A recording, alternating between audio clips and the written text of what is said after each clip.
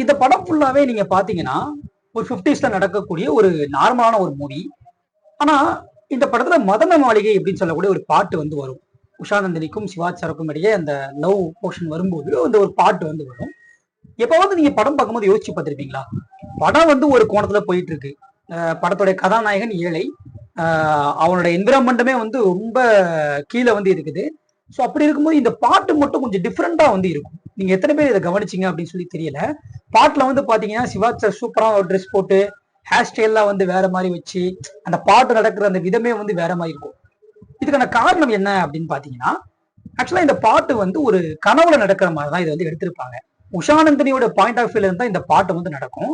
இப்ப நார்மலா வந்துட்டு ஒரு பாட்டு நடக்குது அப்படின்னா அதை எப்படி வேணா எடுத்துடலாம். பட் இது வந்து ட்ரீம்ல நடக்கக்கூடிய ஒரு சாங்.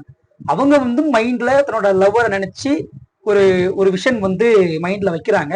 அப்படி நடக்கக்கூடிய ஒரு பாட்டு அப்படின்றதுனாலதான் ஒரு மாதிரி ஒரு மூன் ஸ்டேஜ்ல வந்து வானத்துல நடக்கிற மாதிரி வந்து காட்டியிருப்பாங்க. அதுக்கு ஏத்த மாதிரி சிவாச்சாருக்கும் காஸ்டியூம் கொடுத்து அந்த என்விரான்மெண்ட்டும் வந்து பாத்தீங்கன்னா செட்டு சூப்பரா போட்டு வேற மாதிரி வந்து காட்டியிருப்பாங்க. படத்துக்கும் பாட்டுக்கும் டிஃப்ரெண்ட் நிறையவே வந்து இருக்கும். இது நீங்க எத்தனை பேர் கவனிச்சீங்கன்னு தெரியல, பட் நான் இதை வந்து கவனிச்சேன். மதன மாளிகை மந்திர மாலைகளா